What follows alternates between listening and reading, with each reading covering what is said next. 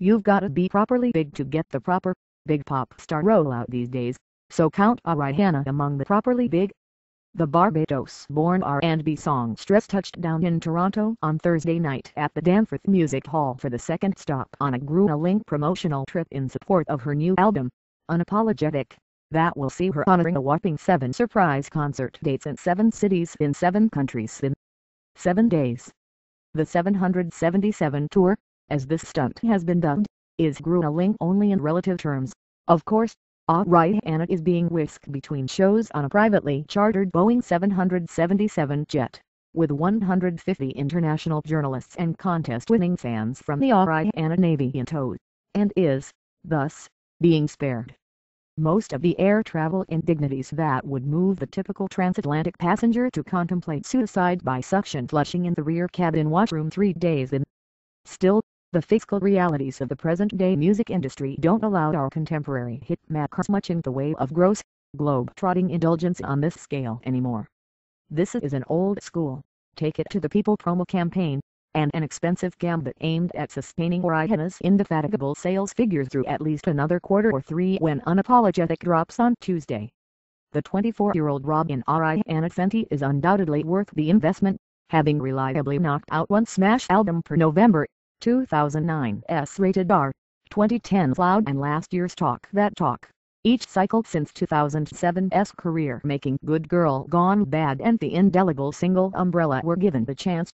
to work air magic across continents and to tee Rihanna up as the one modern R&B ingenue fit to topple Beyonce from her throne. The hits have been relentless ever since and the fans have accrued in kind. The refurbished music hall was only revealed as Thursday's venue via Twitter by Rihanna herself. "Yo, Toronto, I'll be at the Danforth tonight during the late morning," after she flew in slightly behind schedule from the 777 tour's opening date at El Plaza Condesa in Mexico City, but capacit lineups of giddy-weary acolytes who'd won concert tickets through radio giveaways and others hoping for a last-minute miracle were spilling hundreds deep in either direction from the 1,500-capacity venue's front doors by mid-afternoon. A sizable police presence was deployed to deal with the crowd, although it had so little to actually deal with that some of the officers on hand to maintain security eventually wound up handing out wristbands to the excitable Rihanna bees who'd locked into going in. The given start time of 8 p.m. seemed like a pipe dream from the moment it was announced, and, indeed, it was. So when Rihanna's intimate, 75-minute music hall set finally blazed forth with the full might of a big room sound system and light show behind it a few minutes short of 9:30, it was duly received as the superstar appearance wedged into a small space that it was. Cockiness, the steamy royal of birthday cake and Talk That Talk were unleashed at a volume deafening enough to compensate for the fact that the diminutive featured performer, clad in an understated teeny bustier and skirt combo with a long-sleeved covering slung Eddie Vedder-esquely around her hips, couldn't be bothered to sing over her to backing vocalists and a guide vocal that faded in and out indiscriminately any more than was absolutely necessary. A handful of club-ready bangers, including Only Girl in the World and the Tough to Resist New Fresh Off the Runway, kept a momentum going, albeit with Rihanna functioning less as a singer than an attractive focal point for the high-end songcraft booming away behind her. She proved she could carry a tune during a dip into semi-acoustic quietude with such heart-renders as Unfaithful and Take About at the middle of the set, anyway, while the uproarious response to the new single Diamonds served notice that this singles machine is in no danger of flagging.